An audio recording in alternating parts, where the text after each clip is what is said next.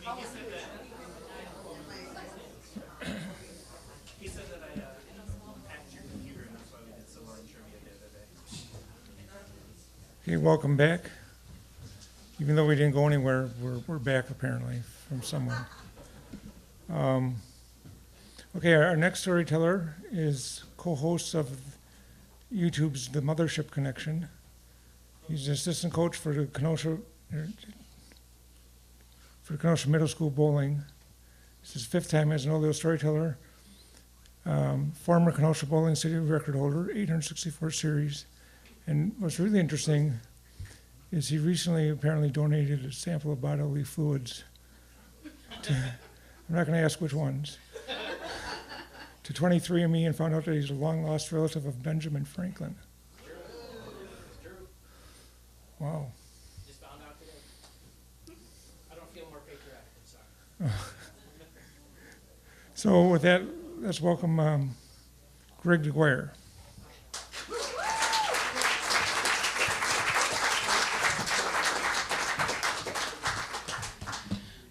For the record, I don't like kites or lightning. Sorry. Do you ever meet somebody that puts you in a good mood for a couple of days? Didn't have to be, anyone off the street, but in my case was somebody famous. Not my first run-in with somebody famous, not unlike the Beaver.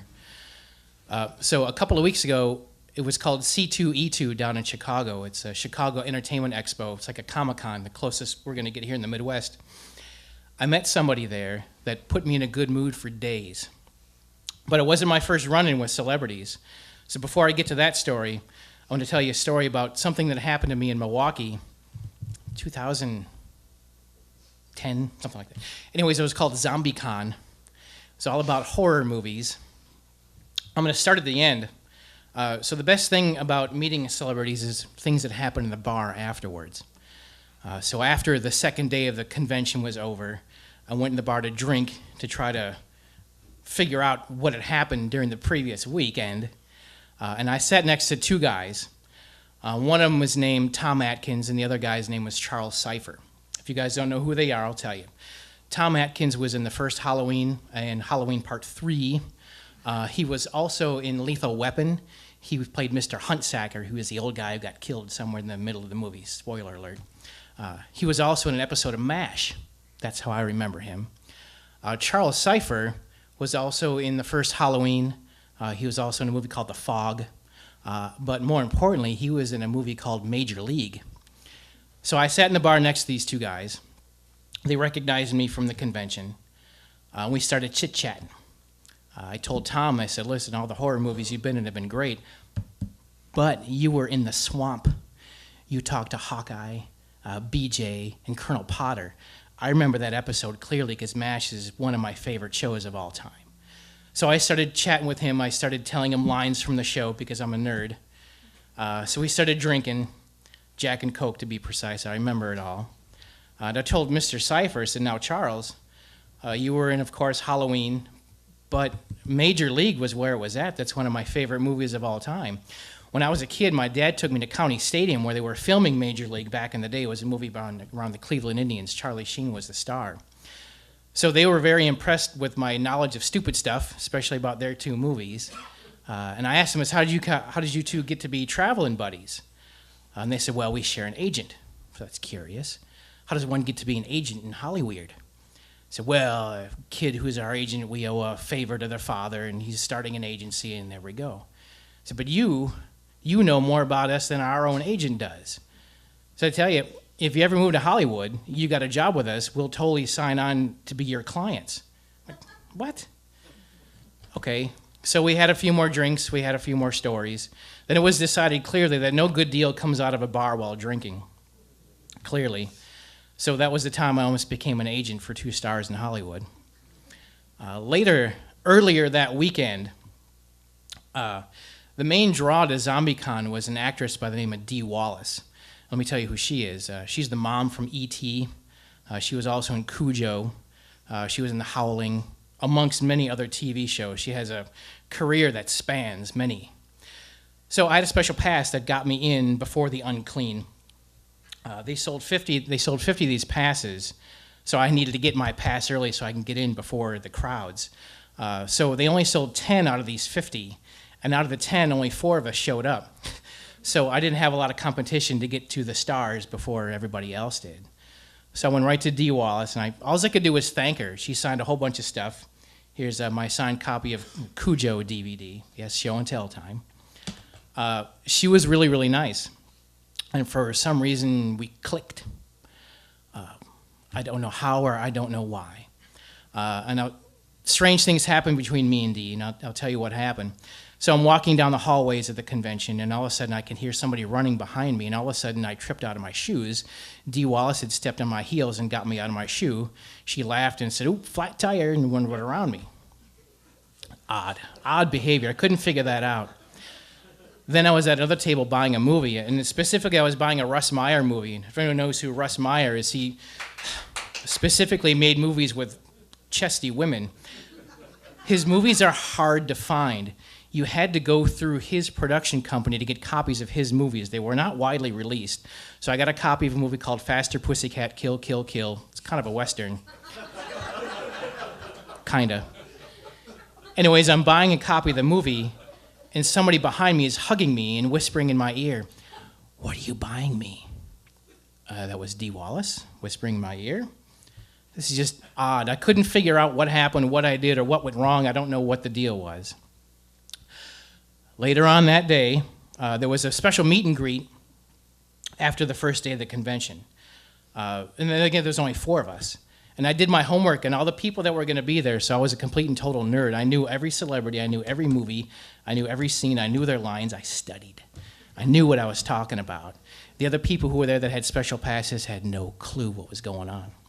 So I was the draw to the convention, because at that time, the celebrities were starting to ask us questions. Like, "Hey, is it your first time at a con? How did you get here? What's your favorite movie?" So I'm banging off the answers.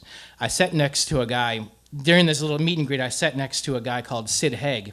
If anyone know who he is, he's recently been in Rob Zombie movies, and specifically House of a Thousand Corpses, Devil's Rejects. But his career goes way back to the 60s. He was in Gunsmoke. He did a lot of blaxploitation movies with Pam Grier, like The Birdcage, Coffee. He's been in a lot of stuff. Sid and I had a very nice conversation. We talked, we chatted. Everything was great. That was over. So that was the end of day 1.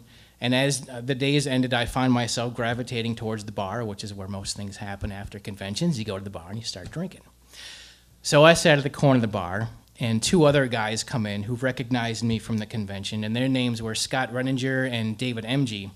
They're not so much known. They were in a movie called Dawn of the Dead. It was a sequel to Night of the Living Dead. They were famous because that movie was the first zombie movie that happened inside of a shopping mall.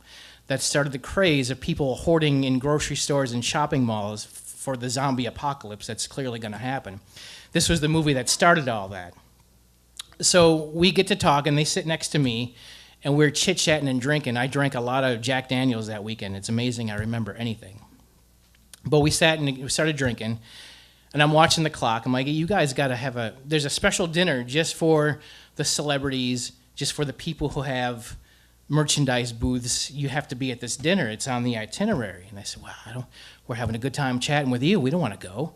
Like, "Yeah, but I think you have to be there." I said, "Well, doesn't your pass get you in this dinner?" "No, my pass does not get me in that dinner. I'm one of the unclean. I don't get to go in there."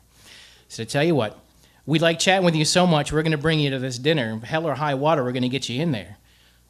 That's funny. It's cute that you say that, but that's not going to happen. So I lead them to the ballroom where all the actions happen, and just the celebrities and so forth. And there's a petty functionary with a clipboard that tells me I can't get in. So they're like, no, you don't understand. Check the list again. Greg's on the list. So after 10 minutes of tongue lashing, I get into the dinner. Now, the guy who was playing the music is another, I'm going to call him entertainer, because he's only had maybe a minute of screen time. His name is Ari Lyman. And those of you who don't know that, and probably many of you don't, he was the first Jason Voorhees from the Friday the 13th series. And specifically the first movie. Now, in the first movie, the mom was the killer. Spoiler alert, sorry. But at the end of the movie, there's a scene. A little kid comes out of the water and drags the main girl into the bottom of Crystal Lake. That was Ari Lyman. It was his 5 seconds of screen time, and he has made a career off of that. Good for him. So his band was playing, and his band's called The First Jason. Turns out not going to be my first run-in with Ari Lyman. During the convention, I met him, got his autograph, all kind of cool stuff. And I said, geez, the only other Ari that I know of is Ari Lyondike. He was an IndyCar driver. So just off of that, we had a short conversation about the name Ari and where it came from. Then he later said he was going to try to get me in that dinner. I said, that's great, that's cool, it's never going to happen. But later that night, here I am. But that's not my first run-in with Ari. I would later meet him several years later at a bar in Milwaukee called the Metal Grill, where his band was playing at an event that I was with the people that were hosting the event.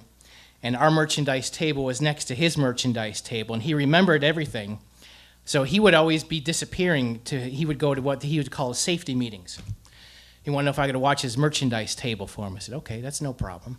So 4 or 5 safety meetings later, he'd come and go, and he actually bought me a shirt for being a cool cat and watching his merchandise table. But the last safety meeting before his band played, he invited me out to. It's like, hey, dude, you should come to our safety meeting. That's ridiculous. I don't have a thing to do with safety in this place. I'm not going to be on stage with you. I don't know what to tell you. He goes, no, come on, dude, it'd be cool. Okay. So I go with the First Jason Voorhees to his safety meeting, and turns out they just go to his giant van and smoke weed before the show. That's safety meeting. When the First Jason offers you weed, I guess I'm not going to tell you if I inhaled or not, but I went out to the van anyways. So getting back to the dinner time, David and Scott, I sat at their table for a little while. Then all of a sudden, somebody's arms got behind me, and guess who? It was Dee Wallace. She was very happy to see me at this dinner because I was the lone crasher at the party. Nobody else got in here. None of the other guests got in, but somehow I got in. So she invited me to her table, and at her table was Sid Haig and another actress by the name of Scout Taylor Compton. Scout Taylor Compton was in Rob Zombie's versions of the first 2 Halloween movies, but she was also in a biographical picture about the Runaways, where she portrayed Lita Ford. That movie was out a couple of years ago. Anyways, after a couple of drinks were flowing, they got me on the dance floor, and I recommend not looking for this, but somewhere out there's videotape of me dancing with Dee Wallace and Scout Taylor Compton in the middle of this convention with Ari Lyman's band playing in the background. It was just, I needed more alcohol to figure out what was happening. So Dee says she wants to buy me a beer. I'm like, I'm already half in the bag, let's go. So we're at the bar, and I'm ordering drinks, and that's when it happened. I felt something warm and wet in my ear. That was the tongue of Dee Wallace in that ear. I didn't have long to ask myself a lot of questions real quickly because I didn't know where this was going to go. So the devil on my shoulder said, dude, it's Dee Wallace. Get a couple of drinks, take her back to her room, have sex with Dee Wallace, you'll have stories for generations. Okay. Time to ask the angel on my shoulder. Angel, well, now what should I do? Dude, it's Dee Wallace. Have a couple of drinks, take her back to her room, have sex with her, you have stories for generations. Well, none of that happened. After a couple of more drinks, I slowly exited the situation, not really knowing where that was going to go. So now every time I see a Dee Wallace movie, I have a smile on my face that some people don't understand, and I'll explain. She's just another well-built ship that crossed my wake. When I see the Dawn of the Dead movies, I always have a smile. Hey, I know those 2 guys. When I see the Friday the 13th movies, hey, I knew that kid. I smoked weed with that kid. I didn't inhale. Shh, quiet. So in one weekend, I almost became an agent. I almost had sex with Dee Wallace. It was just a weird, wild weekend. That was one weekend. So these are things that I think of in the darkest of times. When you're having a bad day, you can think of these things and have a smile brought to your face. Now, the event that happened just a couple of weeks ago in C2E2, I met someone, and I have witnesses to what happened. Somebody who's been entertaining me for the last 18 years. It's got to be close. That the show started maybe, 99? The show started in 99. I used to be a bouncer at the Boathouse right across the street. And I used to get out really late at night, like 3, 4 in the morning. I would get home, pass out on the couch. So Sunday mornings, I would put the TV on, and I'd start channel flipping, and eventually I landed on Nickelodeon, where they were running marathons of SpongeBob SquarePants. Think what you want about SpongeBob. It's a love-hate relationship, I totally understand. But at C2E2, I met Tom Kenny, the voice of one SpongeBob SquarePants. And he signs to Greg, the king of the Goofy Goobers. The Goofy Goobers is a fan club in Bikini Bottom from a restaurant called the Weenie Hut. And I got a chance to thank Tom Kenny for entertaining me for all these years, for all the Sunday mornings I woke up tired of dealing with drunk people and everything else you can imagine, being sweared at, avoiding fights. Who knows? SpongeBob was the best way to decompress out of that day. And I had a chance to tell him that. And he laughed. He laughed at my story. I made Tom Kenny laugh. I made SpongeBob laugh. Nothing's ever going to top that. And then I told him the plot of my favorite episode, and he agreed it was one of his favorites too. It's an episode, it's called Squidward's Day Off, where Mr. Krabs gets a bump on the head and has to go to the hospital, leaves Squidward in charge. Squidward doesn't want to do crap. He makes SpongeBob do all the work. So Squidward exits himself and keeps thinking that SpongeBob is going to burn the Krusty Krab down. So I'm explaining this to SpongeBob. Like he should know he did the voice. Like he gets it. Yet he still laughed at my story. The other person that I met there, she was Princess Vespa from Spaceballs. Anyone here seen Spaceballs? I got to tell Princess Vespa, Daphne Zuniga, I got to tell her my favorite scene when she's shot and they shot her hair. It's like, you shot my hair, son of a bitch. She said she made up that line on the spot. I did not know that. I did not know that. So these are the things, now when I get to see these, the TV show, when I get to see MASH, I'm like, I knew that guy. When I get to see the Friday the 13th first movie, man, that was a cool time. I remember all these things because I'm an avid watcher of TV and movies. When you have a hard life or you have a hard day or what have you, you usually sit back and what's the phrase nowadays, Netflix and chill. That's what you do. You watch your favorite movies. And now I get to have really cool memories of some of the people that I met and some of the oddball situations. Dee Wallace's tongue in my ear for some reason. Just want to say quickly now, that wasn't my end of my dealings with Dee Wallace. That next morning, the second day of the convention, she asked me where I'd slipped off to. Said she had a really great night. I said, that's cool. I didn't know where that was going to go, so I left. So years later, I get to be on a radio show here in town. The Mothership Connection was on AM 1050 WLIP, and we were looking to try to get guests. And I was at Barnes & Noble one day, and I saw Dee Wallace's book. She's like a psychic healer is what she does. So I bought her book, and on the back of the book was an email for her publicist. And I'm going to send her publicist an email. Maybe she remembers that weird night. So I sent her publicist an email explaining to her, leaving out the ear detail about when I met Dee and how we met, all that kind of stuff. I left all my information, email, cell phone, house phone, the whole deal. 2 days later, I got a call on my cell phone. It was Dee Wallace herself. She called me from her own cell phone. She remembered. She remembered everything down to the ear detail. And I got her to be a guest on the show, not once, but twice. So again, just out of a weird night led to, we've now known each other for a while. I don't have her cell phone number anymore now, I'm sorry. But that was just a really odd thing to happen. And again, it's another nice memory to have when you're having a bad day.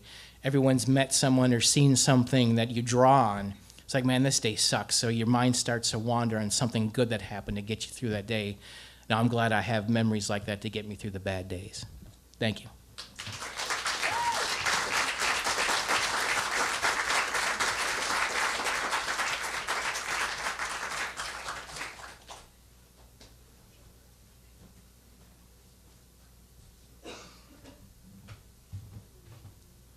Wow, what a night. From Tony Dow to SpongeBob. Doesn't get any better than that.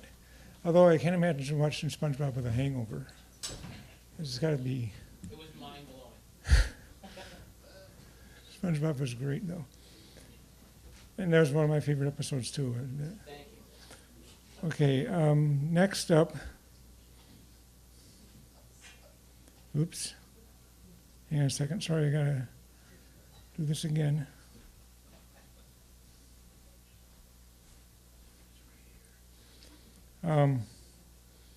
Okay, our next,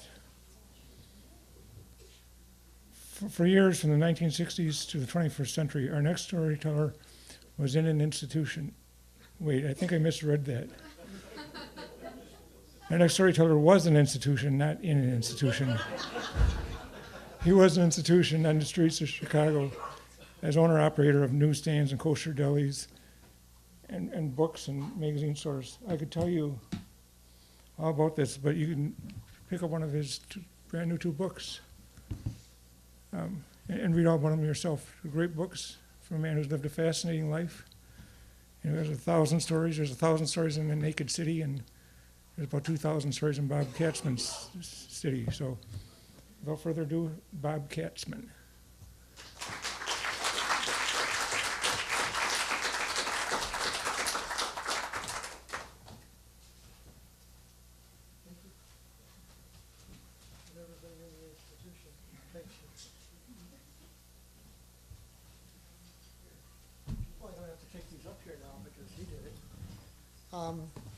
First time doing this voluntarily. So I have to tell you a couple of things because real life is convoluted. Of course, you know that, don't you? All right. If you know the word chutzpah, which is Yiddish, which means outrageous behavior, normally identified as man kills his parents and throws himself on the mercy of the court by claiming he's an orphan. I've redefined that. This is a 2-volume autobiography from 1950 to 1985. You won't like it because it's filled with sex and violence and revenge and corruption, but don't let that hold you back. It's 1,050 pages, and I bet you it's going to sell. So, chutzpah, going forward, not fiction.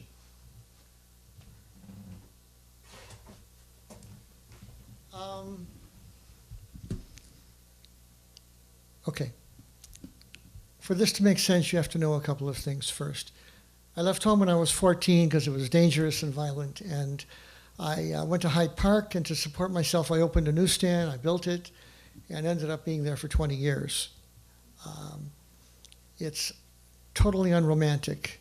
It's everything bad, except you're self-employed, and I'm trying to think of the good parts. Okay. Well, the other thing is, when I was 19, it was 4 years later, and I had an opportunity to open a kosher deli, which I knew nothing about. Nobody in my family knew anything about it. Just because you come from Eastern Europe, it doesn't mean your family automatically knows about salami and pastrami, but we didn't. So I went hunting around Chicago for months because we had an opportunity, my father and I, to open up a deli in the shopping center where the newsstand was on the perimeter.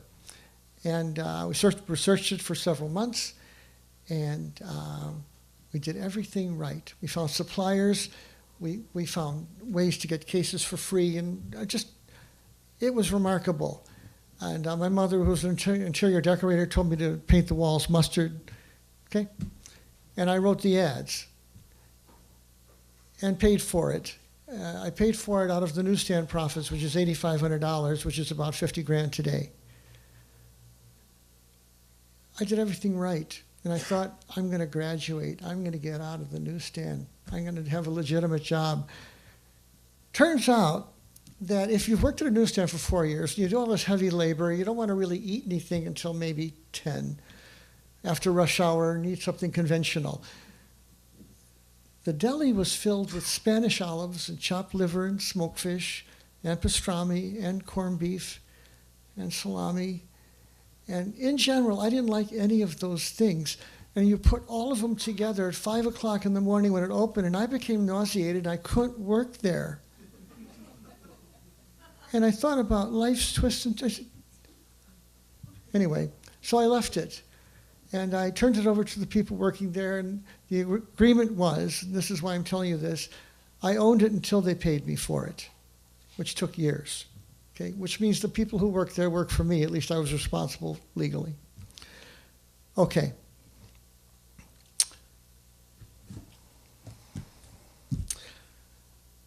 "43 years ago, I had to go to this dance at the Hyde Park Kenwood Community Conference, and it was tomorrow, 43 years ago, April 27th. I kept a copy of the ticket. I was in a really, really bad mood. I'd been condemned to the newsstand for another 6 years, to Hyde Park with all these people from the university. I was the neighborhood paper boy, not something you want to know when you're almost 25. It didn't matter how many thousands of papers I was just a slave working. And I had to wear a tie, I had to wear a jacket. I didn't want to be there, and I didn't know how to dance. So I was in a really bad mood. So I show up, and it's in the Unitarian Church around where? Near the university, 57th Street or something. And I'm sitting, there's a whole row of chairs, nobody's sitting on because they're dancing, and I'm sitting alone. And after a while, during the evening, after a while, I see a woman I know, and her name is Crystal, and she's from Germany. And how do I know her? Because her husband comes by every Sunday to buy a Sunday New York Times in his black Model T, putt-putting along. And I just know him and her. And she's with a girl. And the girl's kind of ordinary, and she's wearing a pink pantsuit, and she has blonde hair and this white plastic thing I still don't know the name of, like this. And no makeup, and just kind of there. And Crystal brings it over to me. And because she sees I'm there, and she says, "Bob, hi. This is Joy. She's new to the neighborhood. Maybe you want to say hi to her." And I think, great, sure. And she leaves her and disappears. And Joy and I spent the next 3 hours talking. Didn't dance, didn't do anything. I asked her questions, she asked me questions. It was normal, and it made it possible to be there. Well, the highlight of the evening was a belly dancer, strangely for a Hyde Park group of women who were not like that. And they filled the whole massive area with all the people there, formed like an elliptical shape. And in the middle of it was this tall, blonde, glamorous creature with harem pants and whatever else, dancing, right? And she's kind of like a spinning top. She's going all around and all around. I'm watching. And she's nice looking, but there's something about her. And when she came close enough to be in focus, so Joy's standing here, and we're watching this, and I said, "I know her." And she's looking at me. I said, "I know her." And she gets closer, and I said, "She works for me in the deli." And this is a ridiculous thing to hear. And then she spins around the interior, makes a beeline through the crowd. They separate. She comes over and she kisses me. I don't even know her name, but she did that. And why do I care? Because for the rest of the time I knew Joyce, she knew no matter what I said, it was true. I still don't know the name of the belly dancer. So here's what happened. I wasn't there to pick up anybody. I didn't like anybody anyway, so I was leaving at the end, and Joy was leaving with Crystal, and they asked me if I wanted to go with them for coffee, and I said, "No, I just want to get out of here," and I left. Sometime during the evening, I mentioned to Joy that my birthday was the following Monday. I'd be 25. And I, never see her again. On Monday, I'm in my normal life, which is I'm wearing a T-shirt, I'm wearing jeans and sneakers, and I'm tying up magazines because it's magazine return day, and I have thousands of magazines, and it's horrible because you can't wear gloves, and the twine cuts your fingers, and there's stacks and stacks, and it's hot that day, and I take off my shirt, so I'm sweating, and I'm dirty, and I'm about as attractive as a toad, or feeling that way.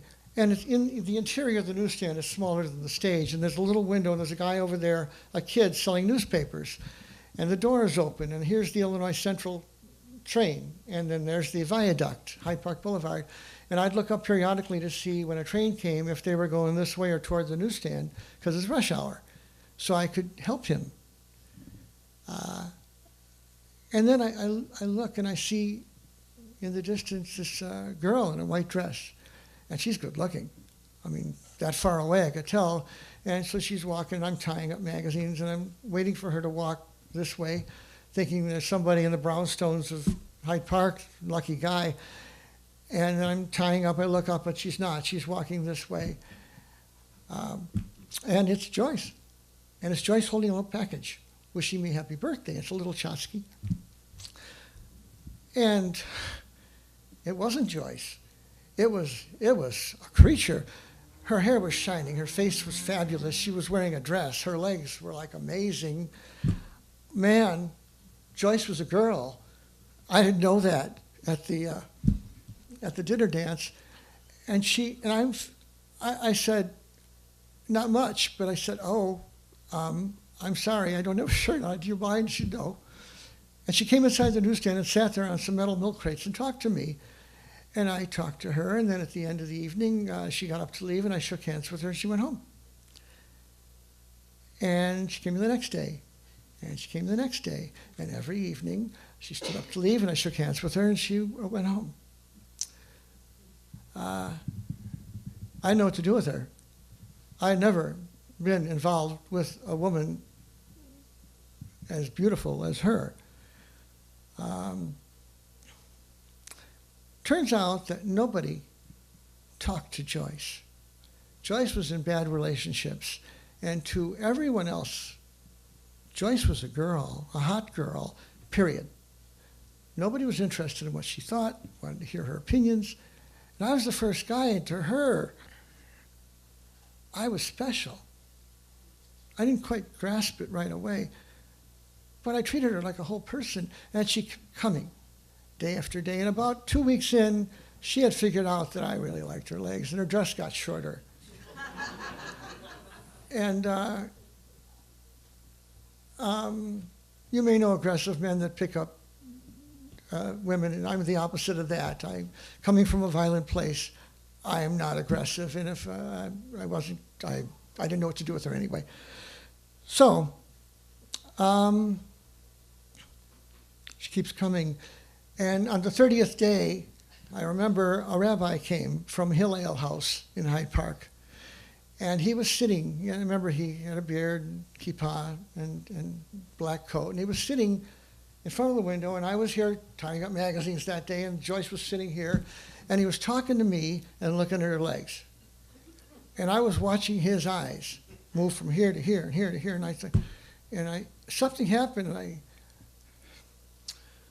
I realized that Joyce was attractive to other men. I don't know. Something happened to break the ice of my inability to connect with Joyce. So I kind of willed him to leave. And eventually, just before we closed, we leave. And normally, she'd leave. I closed the door. There's a slide boat. I'd slide it. And I'd do whatever I did at the end of the day, and she went home. This time, she's leaving. And she has this look of disappointment in her eyes, and I understand. And she lifts her hand to shake hands with me.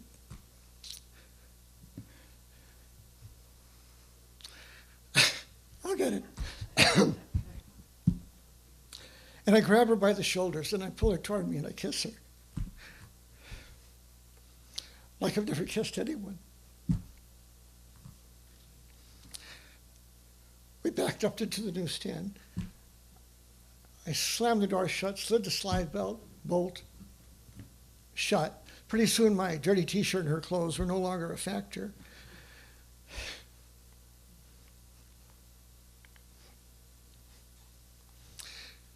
For the rest of her life, she never went home again.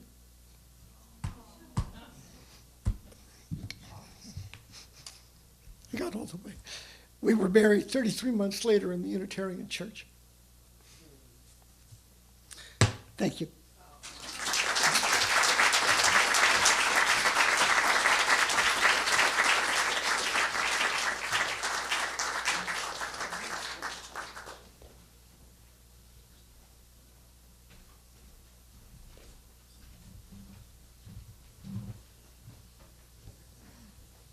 Thanks, Bob. There's a very touching story.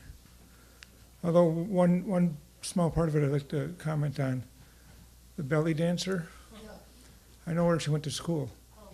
The Naval Academy. Thank you. Thank you.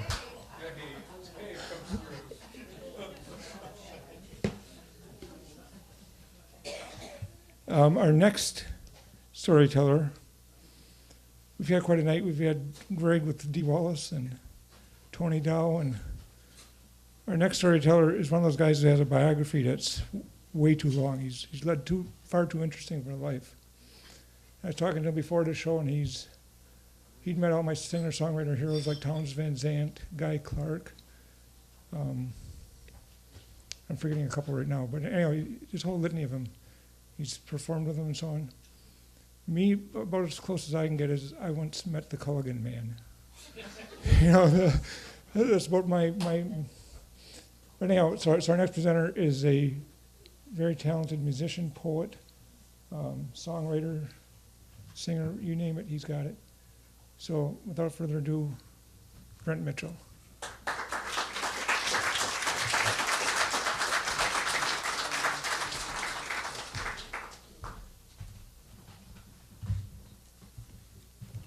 Hey, how's it going? All right. Well, when I do music, especially when I play solo, I often tell kind of, funny stories. And this is not a funny story. It's just what I ended up with when I started thinking about what to do. Since I've been sitting here and listening to these stories, I've thought of numerous funny stories I could have done. Damn it. So this is a. I got to read this because I have the memory of a shit fly, and I won't remember what I'm saying when I get there. Anyway, my dad left home when I was just finishing up my 6th grade year. I eventually came to live with him, but I lived with my mother for a couple of years before that. And during that time, she took a position as a music teacher in Jacksboro, Texas, a tiny cow town boasting a number of football state championships, a rodeo arena, and a history of Comanche wars, which had included the importation of black soldiers, called Buffalo Soldiers, who were sent to eradicate the Comanches. The Comanches were the most formidable and consequently the last of the Native American tribes to be pacified. And the Army thought that using expendable black soldiers to exterminate expendable Native American Indians was a brilliant solution. And that was still the kind of thinking that characterized that desolate shithole town when we came to live there. Football was Jacksboro's true religion, followed closely by rodeo, bull, and bronc riding, and following behind rodeo, the primary religious devotion was fist fighting, and I suppose folks must have attended church on Sunday as well, since there seemed to be more churches than houses there. The high school had won the state football championships for several years running, and every male, fit or flat-footed, was expected to play, a fact that caused me a good deal of anxiety because nobody in my own home watched or cared about football, so I had not learned anything about it. I knew nothing about football or cared. All the same, from my first day of the 7th grade there, all the boys asked me, the new guy, if I planned to try for quarterback. I suppose I must have looked the part. So not knowing any better, I told them, yeah, I'm considering it. Maybe I will, yeah. And it began to dawn on me then that because I had no past in that town from which any identity had been established, I could construct a new identity from scratch. And it was obvious that becoming a star player was the only thing that would serve as a solid foundation for the new me, or any kind of new me that was worth aspiring to in that place. I felt certain that I'd be able to figure football out. And as it happened, the first week of practice was not so bad. I was as athletic as anybody on the team, and I wasn't afraid of getting hit. So it was almost fun, first week or so. But when the coach handed out positions and plays, I lost heart entirely. He told me that I was to be a halfback, whatever that meant, and he gave me a thin folder of papers with mimeographed circles, which I discerned to represent players on the field. But they were accompanied by a bewildering crisscrossing mess of arrows with explanations and instructions written in a lexicon that was entirely unfamiliar to me. What is all this stuff, Coach? I said. And he chuckled and he said, son, don't try to be funny with me. Just make sure you learn all these by the end of the week. Shit, I was lost. But anyway, our first game just happened to be against Jacksboro's chief rivals in Decatur, Texas. We marched off the bus and were escorted to a locker room where boots and jeans and hats were replaced with ill-fitting uniforms, and the coach gathered us around him for a prayer and a pep talk. "We ain't going to start out this season on a bad note, are we?" he says. "No, sir," we shouted. "Well, I expect y'all know by now what you're supposed to do. Ain't that right?" "Yes, sir," we said. "Well, then go on out there and do it." "Yes, sir." But, of course, I had, at best, an unnervingly opaque grasp of what was supposed to happen on the playing field. So I was relieved to begin the game by sitting in my uniform on the bench, looking on and cheering when it seemed appropriate and acting disappointed when it was apparently customary to do so. I concentrated with all my ability to understand, but the effort only muddled my senses. There were bands and cheerleaders and streamers and balloons and lights and an announcer, and the crowd was cheering and bullhorns, and the bands were playing, and it all seemed to spin around my head like a stick whip nest of hornets. And I just wanted to lie down in a quiet place somewhere, you know. But then the coach slapped a hand like a meatloaf on my helmet. "Get out on the field, tell Jake to come on in here," he said. So I did as I was told and joined the huddle. The quarterback uttered strange incantations. Shoulder pads and helmets were mutually slapped, and everybody fell into line. The quarterback counted, and he took the ball from the center, and I ran an arc around the Eagles, the Dequirre Eagles, looking to catch the ball just in case it was what I was supposed to be doing, and just in case it was thrown to me. And as it happened, I had done exactly the right thing, and the ball was thrown to me, and I caught it just as I was clipped and spun almost off my feet by a player from the other team, and I regained my footing. And despite being dazed by the lights and the noise, I ran hard for the white line at the end of the field. And I could feel someone panting just over my shoulder. The crowd was screaming. I heard my name being shouted as if from everywhere at once, and I crossed the line like a bullet, and I brought myself to a stop by the goalpost. And this warm, joyful contentment that I had not anticipated began to well up inside me, and I felt my face transform into a smile. And it dawned on me as I struggled for breath that at that moment my life was starting over, and it was going to be a different life than I'd ever anticipated, that I'd ever imagined. And one of the guys wearing a whistle and a black and white striped shirt approached me smiling and gently took the ball from my hands and looked at me square in the eye, and he said, "You ran the wrong way, you dumb shit." Yeah, and so with shock and horror, I realized I had just scored the game's first points of the season for the other team. Our main rivals, as a matter of fact. So, the rest of what happened that day was just mercifully blanked out from my memory. I don't remember anything. But on Monday, I got to school late. At lunchtime, we all left the building as was customary and headed for the corner store to buy a burger and a Dr. Pepper. But I never got a chance to eat. Fortunately, I only had to take the boys of the 7th grade on one at a time, and only as many as our short lunch period allowed at a time.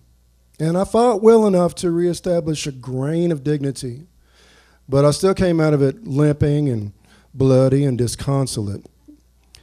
And this became our daily ritual, one which the teachers knew about but apparently supposed that I had coming to me. I never went to another practice or game, and except for the daily physical attacks in the morning, at lunch, at recess, and sometimes after school, I kept to myself.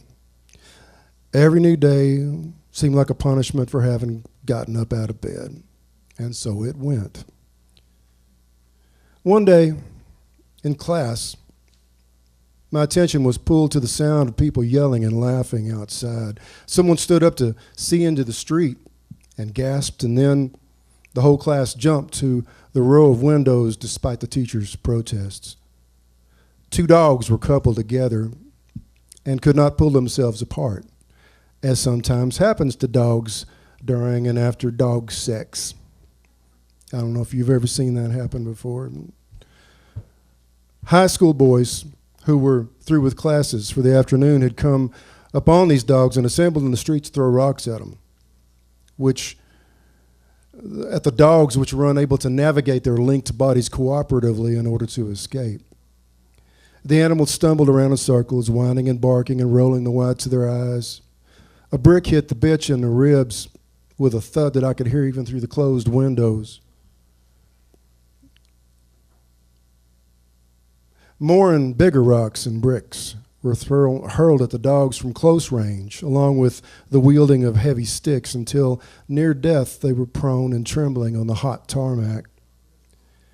Laughing and shouting, the boys finally skipped off together toward a line of parked cars. I gazed past them to the horizon beyond the town and thought about the pastures and wheat fields that stretched out from the windows of my father's car each time he drove me back to Denton, my hometown, to stay with him every other weekend. During one of these long West Texas highway trips, my dad had quoted a few lines from Whitman as we drove past a thicket of drought-stunted live oaks where lovely red Santa Gertrudis cows grazed on sweet, deep emerald grass of a recent rain. I think I could turn and live with the animals. They are so placid and self-contained. I stand and look at them long and long. They do not sweat and whine about their condition. They do not lie awake in the dark and weep for their sins. They do not make me sick discussing their duty to God. Not one is dissatisfied. Not one is demented with the mania of owning things. Not one kneels to another, nor to his kind that lived thousands of years ago. Not one is respectable or unhappy over the whole earth. As I looked out, away from the sickening tableau, I dreaded the fact that the week was just beginning and that the school year had really only just begun. Stretching out before me like a long, dark sewer pipe. But eventually, a day did finally come when I found myself in my dad's old Ford LTD with the windows rolled down, listening to Willie Nelson on the radio and to my dad quote Walt Whitman. I was going home for good to live with him, never to return to that goddamn place. That's it.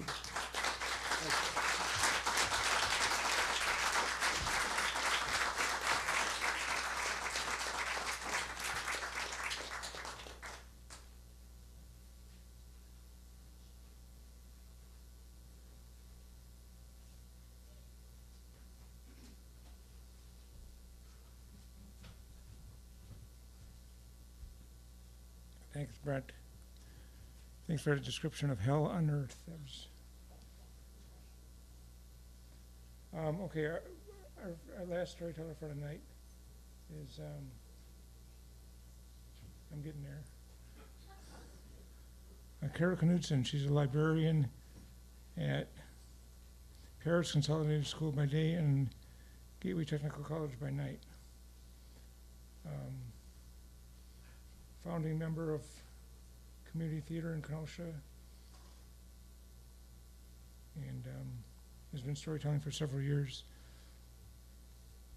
Rather than try and read from this any further, I'll just introduce her. I think she's doing something tonight that she's done once before here. And if it is, it's a wonderful. It's Dinserella. So please welcome Kara Knudson.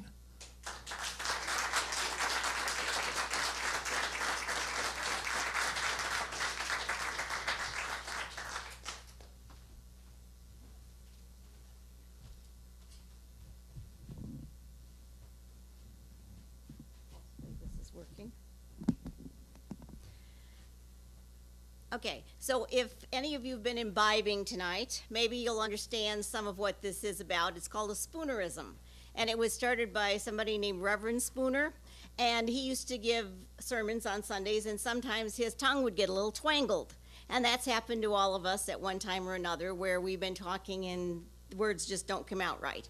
So if you have been indulging a little bit, you might understand why you're hearing what you're hearing. And it's a little poem I found, so starkle little twink. Who the heck you are, I think. I am not under the affluence of ink at all. like some think old peep I am, I had tea martinis and a scuttle of botch. And the drunker I sit here, the longer I get. So that's just a little preview of spoonerisms, or backward language, as some people say. There are about, hundreds of versions of Cinderella out there. And I heard this at a storytelling convention down in Illinois, and I just kind of was enthralled with it, that people could do this. And so I thought I wanted to learn how to do it. Online, there's many different spoonerisms. Online, it's called Rindercella, but I do the one that's called Dincerella. And this was a request, so that's why we're doing it again, even though some of you may have heard it before. Once upon a whime, in a corn country, there lived a beautiful girl named Dincerella. Dincerella lived with her mugly other, and her two sister ugglers, who liked to sit around, reading magazines and eating potato pips, while they made Dincerella flop the moors and do all the other chasty nors. Now that was a shirty dame. Now it hosts happened that there also lived in this corn country a pransome hince.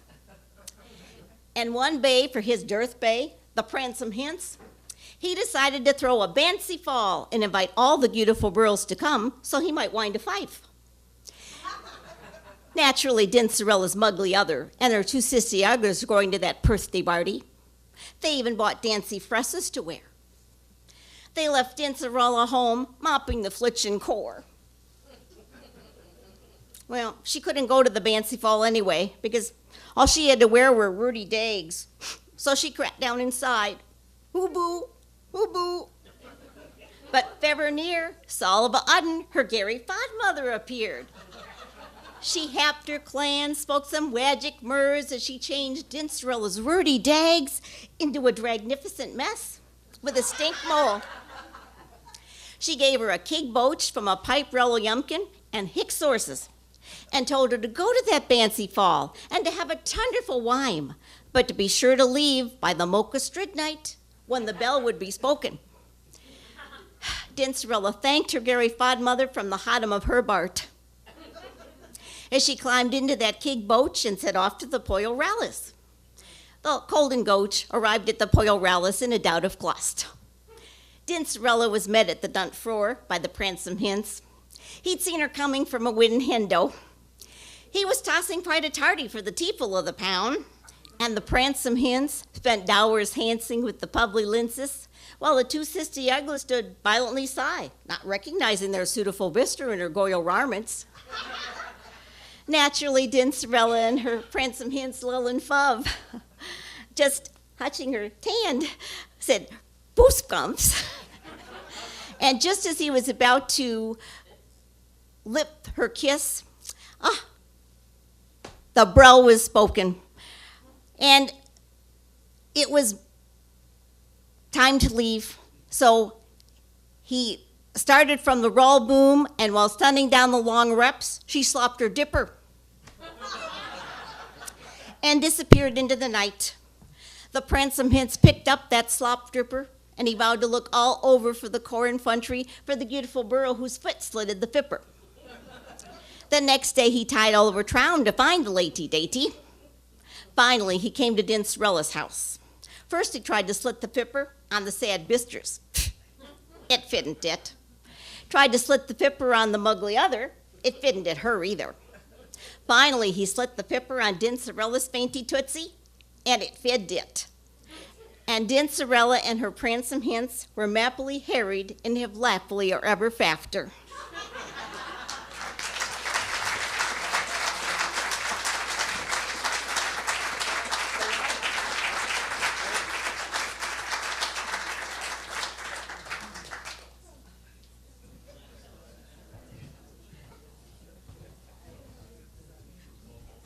Wow.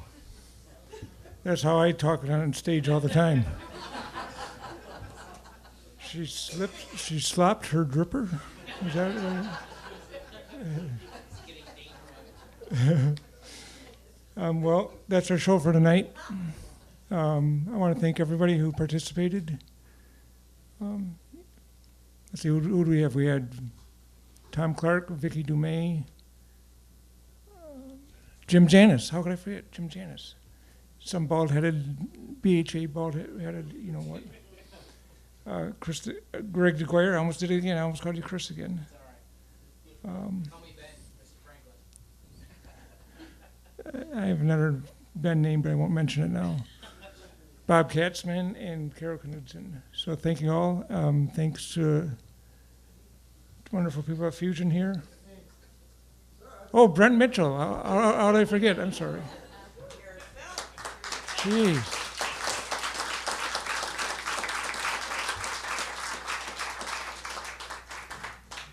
So it happens when I try and talk, cough the off the cuff, whatever. I'm trying to do that. I can't do it. So anyhow, next time we do this, nothing's scheduled yet, but we'll get notice out and hope you can come out and join us again. And so thank you.